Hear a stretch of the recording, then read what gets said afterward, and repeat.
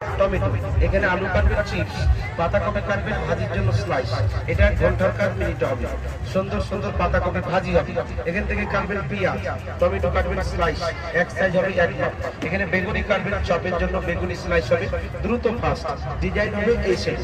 সবজি প্লেন, একবার যাবার সোজা দাগ হবে, এই দাগটাকে মিলিয়ে চেঞ্জ করলে সেকেন্ড টাইম ডিজাইন হবে সোজা বাঁকা। সোজা বাঁকা নেট, আলুতে চিপস হবে, গাজর আপেল সালাদ হবে। সোজা বাঁকা না করে একভাবে গেলে ভাজি, যেমন আলু ভাজি, মূলা ভাজি, গাজর ভাজি, ফুলকপি ভাজি, আমুলের বউ পাবে এটা লয়ে যান কামনে। এটা কাটতে কাটতে ছোট হয়ে যাবে সবজি, ধরে ধরে কাটবেন, হাত কাটবে না, সবজি নষ্ট হবে না। শেষ এটার সঙ্গে পাবেন এটা হচ্ছে কিমা মেশিন। যেই কোনো আস্ত সবজি এই না কেন কেন বলছি, এক চাপ দিব একবারে 6 বার। এর ভিতরে পেঁয়াজ, আদা, রসুন দিয়ে এটাকে বন্ধ করে উপর থেকে ছেড়ে ছেড়ে চাপ দিবেন, ভেতরে কুচি কুচি হবে।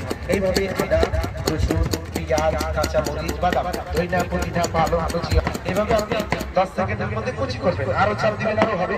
আলাদা 300, আলাদা 400, আলাদা আলাদা 700, একসাথে প্যাকেজ